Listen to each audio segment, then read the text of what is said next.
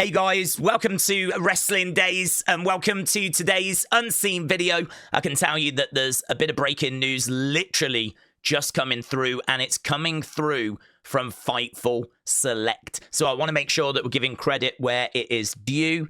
This news is going to be everywhere, but at the time of recording this, it's literally just dropped. The news is that Joe Hendry is now apparently done with TNA and is officially a WWE superstar.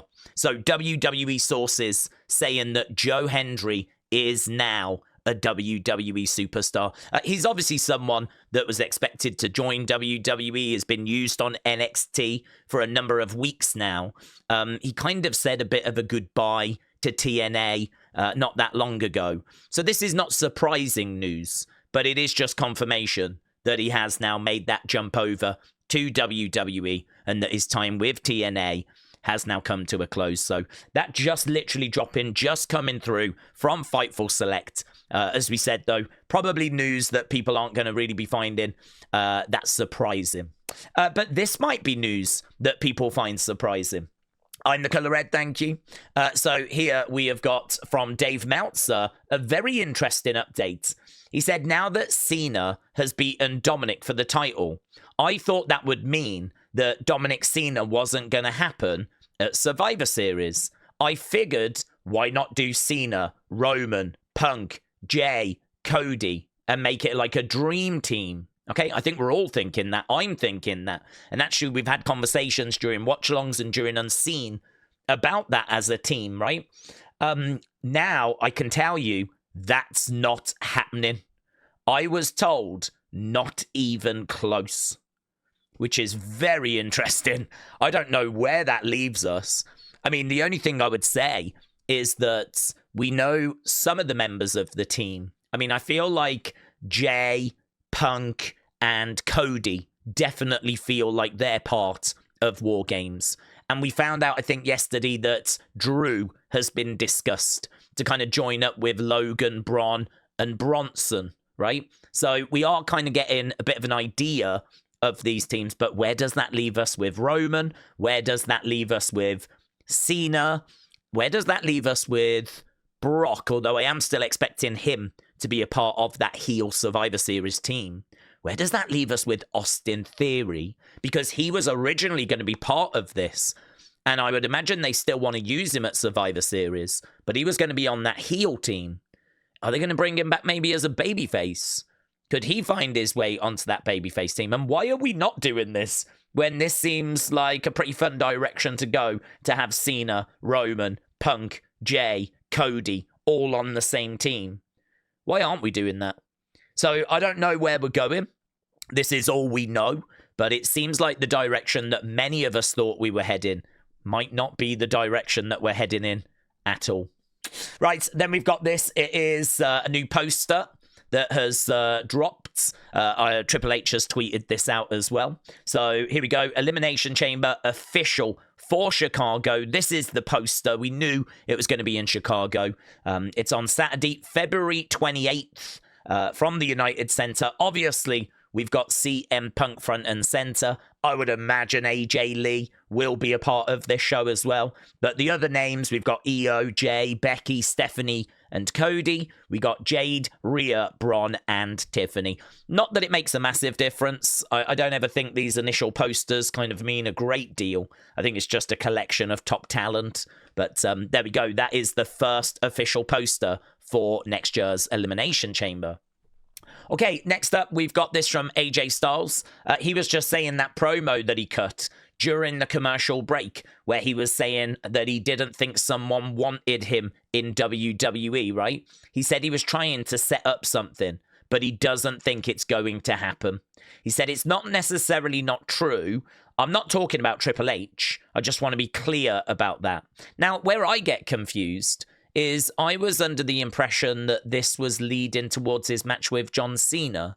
I feel like we've had a conversation about how this was part of the build for the Cena match. I don't know. Now he's coming out and saying he was trying to set something up, but he doesn't think it's now going to happen. I'll tell you where my head's at with this. I'm wondering, is he trying to set up a match with Adam Pearce? because he's kind of used this to go off on an authority figure, and he's saying it's not Triple H. So, of course, that makes us look at a different authority figure. Well, who's the GM of Raw? It's Adam Pearce. So, was there maybe a bit of a play, a bit of a kind of movement to try and do AJ Styles versus Adam Pearce? And if there was, why is that now not happening? So even this is like really confusing. So a very interesting comment. But as I said, I'm pretty sure a few weeks ago in Unseen, we kind of touched on this and someone said that this had connected or was part of the build for the Cena match. So it's interesting we're now revisiting this moment. So yeah, a little bit of confusion over that. It's a very confusing Unseen today. More questions than answers, to be honest. Okay, here we've got TC of WrestleVotes because, of course, we're on the verge of a very interesting Smackdown.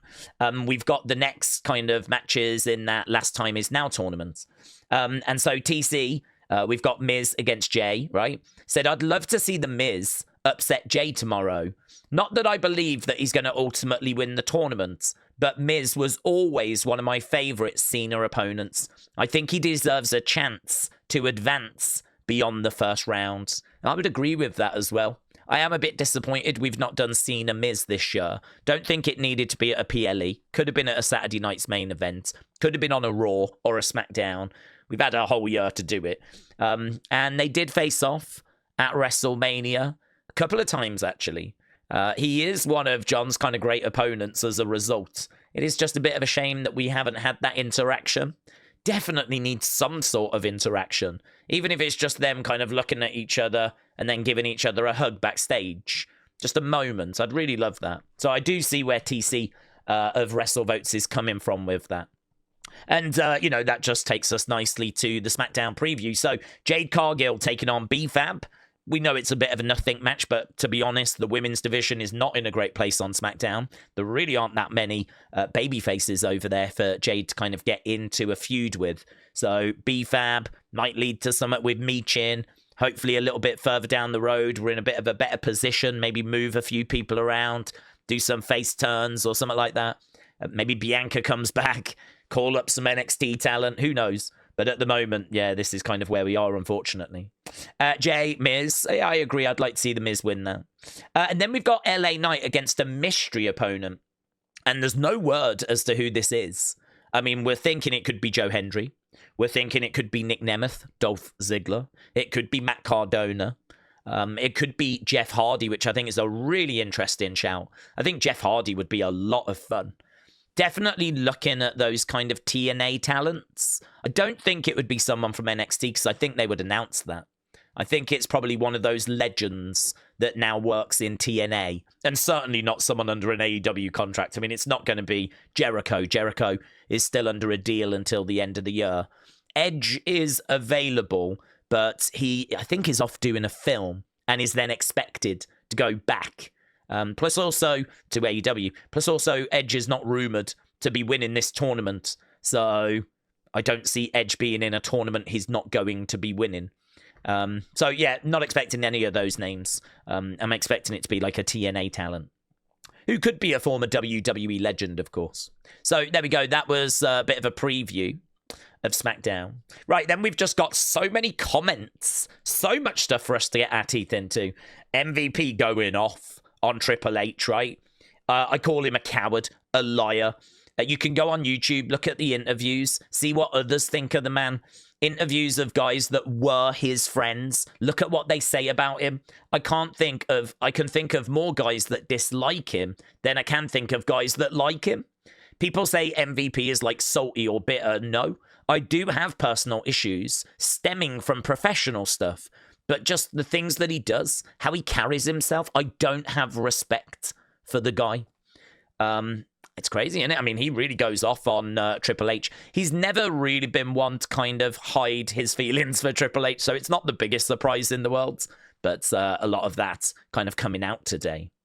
AJ Styles said he doesn't see a match with Mike Santana happening, even though he would like for it to. So this was an interview with No Contest Wrestling.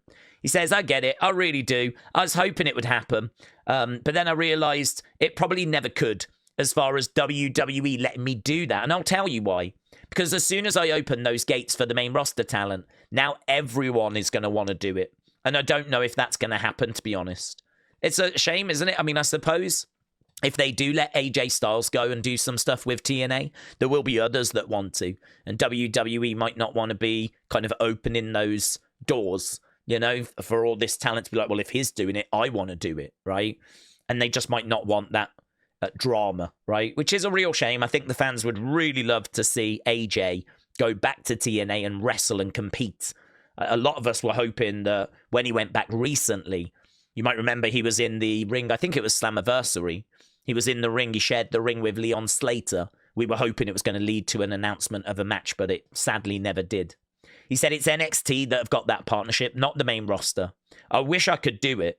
I think I could be the only guy that could do it, but that's being very selfish. So we'll see what happens in the future. I don't know necessarily. We'll find out together. So he would love to go back, and if he could go back, it seems like Mike Santana is the person that's on his radar. Okay, a few comments with Bet106 and Sports. Bianca said she broke her knuckle, broke her joint. She thought it was going to be 8 to 12 weeks. It's now been nearly 6 months. She says, like, obviously she did it in that WrestleMania match. She said, being an athlete and having an injury, you rely on your body. And now my body's not doing what it's supposed to. But I'm hoping I can be back in the ring soon. And I think we heard it's meant to be like early 2026 for Bianca. So, yeah, I mean, apparently it was really bad. She was struggling to bend her finger even after it had recovered. And so I think the damage that she did was pretty significant. I mean, it's one thing to break your finger, but I think she, like, really messed up her joint. So, yeah, 6 months. I mean, that is crazy, isn't it? For a broken finger. I mean, I think we all thought she was only going to be out for a couple of months as well. So, yeah, you just don't really think about that, do you? Even something so innocent and how much it's affected her. I mean, she's pretty much missed most of 2025. Mitchell, thank you. I don't really include these because I don't think we can even watch these shows, so it doesn't really make much sense to talk about it. But like Javon Evans, Ethan Page, Chelsea Green, they're all going to these AAA shows. There's one coming up on the 28th. And again, I don't think we can watch it, certainly not here in the UK. And I think there's even problems with you guys in America. I have a lot of people saying that you struggle to kind of find some of these shows. But the reason why I included this one is because it's got the Creeds. And we haven't seen the Creeds in like forever. And a lot of people are like, where's the Creed brothers? Is everything okay? Is there any injury or anything? So it's just worth showing you they're fine. They're actually going to be competing soon, but they're just going to be competing in AAA. So yes, they are fine. They're just competing in Mexico. Okay, Oba Femi, I won't bother showing you the clip. It's not really that important. He just announces that he is going to be at NXT Gold Rush. It doesn't mean that he's necessarily having a match. It might be that he's just going to make his presence felt. But he's just saying that, well, he's back now. He came back at the end of this week's NXT, kind of set his sights on Ricky Saints. There's been no follow-up on that. We might hear something next week. Clearly, he's going to want a championship match. No word that that's next week or the week after at this stage, but he is just letting us know he's back and he will be around. Okay, Paul Walter Hauser, this guy, has been approached about playing Mick Foley in a biopic that would be a limited series about Mick Foley. So I won't go into details, but I have been approached. We're talking to producers right now. I'm kind of like waiting to see because movie making is so weird. It might seem like a sure thing, and then it just goes away. And then sometimes something just pops up out of nowhere. The way we're talking about it, I want to do a Mick Foley limited series, like a 4 to 6 episode type thing. Be able to tell the story a little more fully. And not just be like, hey, do you remember that time you fell off the cage? It's like this guy has done so much more than that. He deserves more respect than that. So that is Paul Walter Hauser talking to Chris Van Vliet. I really like that as well because Mick Foley, I think for a lot of people, is sort of remembered as being Mankind and Dude Love, Cactus Jack, but a lot of people just go straight to that Hell in a Cell match with Undertaker, and he did so much more than that. I mean, he did so much more even outside of WWE, so yes, I think that's a really great comment. And this is a really great comment. This is a really emotional comment. So it's been 20 years since Eddie passed away. There's been lots of tributes to Eddie today as a result. Even one from Dominic just put out like a picture and a heart emoji. And this is the one, though, that really grabbed my attention because this is from Rey Mysterio. And he talks about what Dominic is doing and the person Dominic has become. And wow, this is mind-blowing, honestly. The Players Tribune. So Rey shares a heartfelt message to Eddie Guerrero.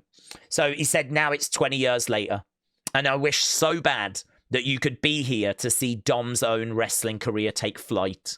Dominic wasn't fully clicking as Rey Mysterio's baby boy, so he did what I'm 100% sure you would have told him to do. He turned heel, and he basically became Eddie Guerrero's demon boy, and that changed everything. When I say you would approve of who Dom has become, Eddie, it's an understatement. You would love it, because the wrestler he is now, it feels like a love letter to so many of the things that made you so special. He has the presentation down perfect, the sleazy brackets, no offense, stash, the terrible brackets, no offense, mullet, the ugly, no offense, jewelry and clothes.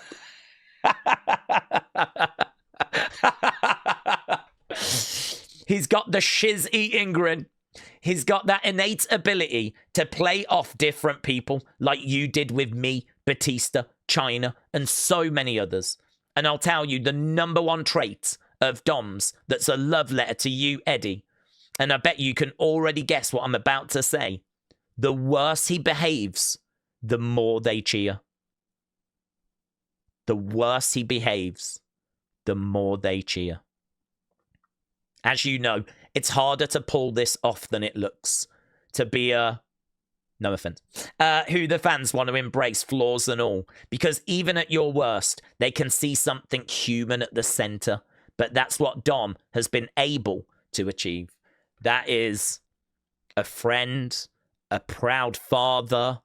That is a genuine insight into what feels like a very, very genuine conversation. That is a treat, a gift to be able to just get that kind of an insight. Like if Eddie was here, I genuinely feel like those are the exact words that Rey would say to him. And what an insight that is. What an insight that is. To actually get Rey's opinion on Dominic's work and him presenting it to Eddie, saying you'd be so proud. He does this, he does this, he does this. And it's just like you. And some of these lines in here, that is honestly one of the best posts, one of the best little excerpts that I've seen all year. I thought that was just incredible. Absolutely incredible.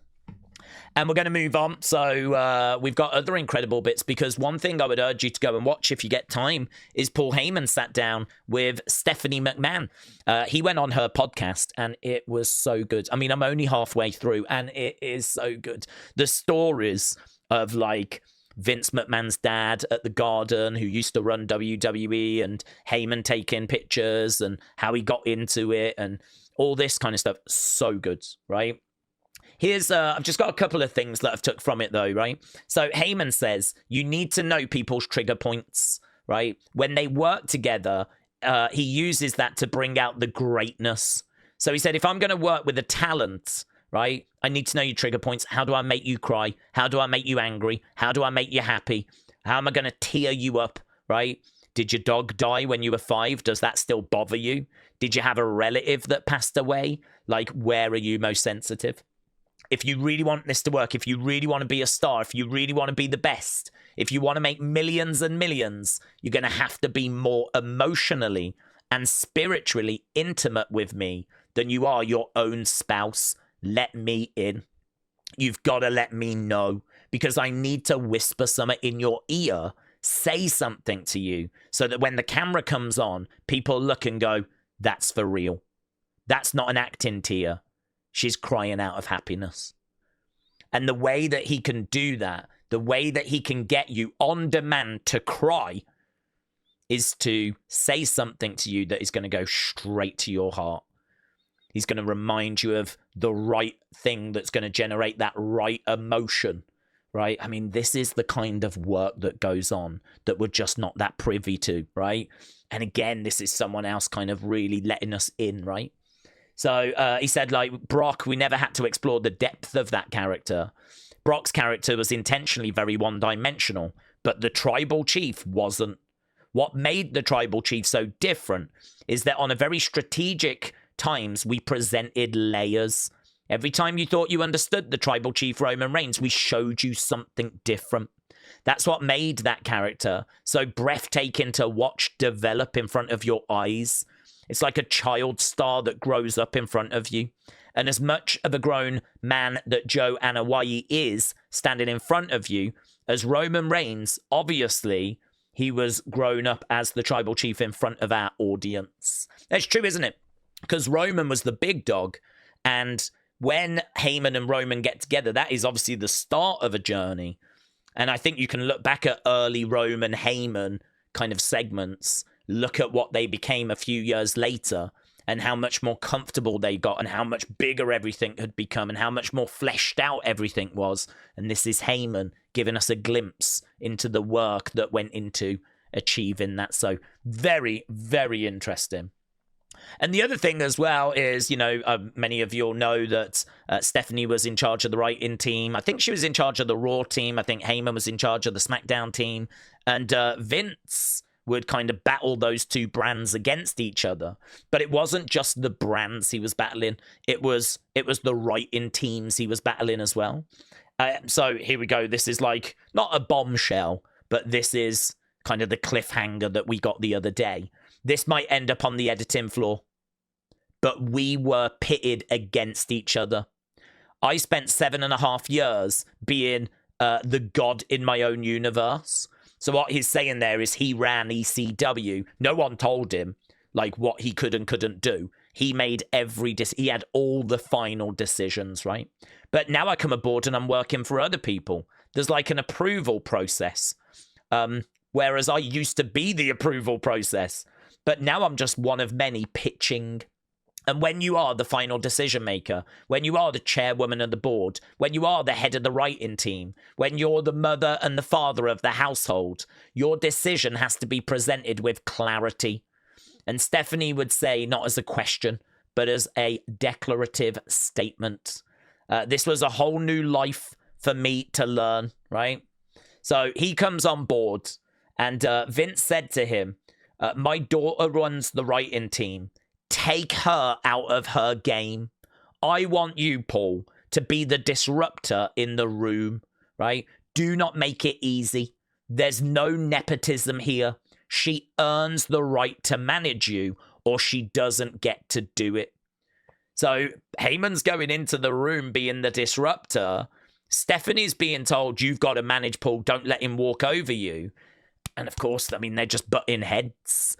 You know, Heyman's trying to make life difficult, trying to speak out. You know, who are you to manage me? I've been told to make life difficult for you. Stephanie has been told, don't let him walk over you. I don't know what Vince is trying to achieve necessarily with this. I mean, I don't know if he was just doing this for his own sick kind of viewing pleasure, or if he really thought genuinely this was going to bring out the best in both of them. But that's exactly what he said to both of them. He said to the one, you don't make it easy for her. And he said to the other one, you don't let him walk over you. And so you can imagine what some of them backstage meetings would have been like. Honestly, the podcast is so good. I really do recommend it. And if you get a couple of hours spare just to put on in the background, I think it's well worth a listen. Right, let's go to the fun folder. So dad stuff, thank you. So Chelsea Green said she was going to call her lawyer because of the song that Joe Hendry had made. Here's Joe Hendry saying, this lawyer, right? Because Joe Hendry was a lawyer in WWE back in the day on Raw. There is a younger Joe Hendry. That's Joe Hendry being a lawyer in a segment with Lana and Rusev from Raw from many, many years ago. So very good. Right, Chanel, thank you. This is from Grapple Clips, and they just simply say, flip. Let's have a look at this, shall we? Oh, this is brutal, by the way. Goes to the outside. Look at this. Ah, mates. Ah, there's a replay in this. Ah, what the hell? Ah, mate, body shouldn't be falling like that. Oh my God, here it is again. Ah. Brutal. Right, Johnny, thank you. So here we've just got some, this is footage that we've not seen, or I haven't seen. Just a little bit of fun. I don't know if this was during commercial, or I'm guessing it was just after the show, because these guys were the closing segment, weren't they? So I'm guessing this is after Raw ended. So a little moment there with Charlotte and Rhea, a little moment with EO and Charlotte. Oh, ready to go, ready to go. And EO's like, let's shake hands instead. So there we go. Nice little fun little glimpse after Raw. Oh, yeah, we've got this footage. It's only 2 seconds long, but Roman and Punk, this is them recording their voiceovers. 0, 0, 0, 0, 0, 0. There we go. So it seems like Punk and Roman are actually going to be like a duo in the film. These zebras. So, Charlie, thank you. A very quick behind-the-scenes look at Roman and Punk and their characters in Zootopia. So they're going to be these zebras, which, of course, has then prompted... Ba-ba-ba-ba! Charlie, thank you. So, Tribal Goku said, I got this from Reddit. Credit to whoever made this, obviously based on their characters from in the game. Very good. And then the last thing in here, Brian, thank you. Chelsea Green, the official hat now available at WWE Shop. How great is that? If you're a big Chelsea fan, that's an amazing item. The moment you've all been waiting for, my hat's officially available at WWE Shop. Fan-flipping-tastic. I genuinely think that's really cool. Really, really cool. Right, and there we go. That was everything in today's video. I really appreciate all the support. Obviously, we had that breaking news at the start and lots of other little bits and bobs in there. Obviously, we're going to be back later with Smackdown, the watch-along. Really looking forward to that. Obviously, we're getting further into that Last Time Is Now tournament, and I can't wait to see who that mystery person is going to be. And then, of course, on the weekend, we're going to be doing UFC. I've been told that there might be a retro Survivor Series show on Sunday, which I'm interested in. We were going to do one last week, but I really wasn't feeling very good. So, but I feel fine now. So we could be doing that as well. And then before you know it, we're back round to Monday. We're back round to Raw. And, you know, we're continuing our way to Survivor Series. So much stuff coming up. And Gold Rush in NXT. Very exciting. So, Edwards, Huddle Talk, Chanel, Armando, Sweet Chin Wrestling, Claire Webb, Silverback, and All Game 17. Thank you, my friends. Thank you to everyone that has supported this video series. And I will see you again next time. Bye for now.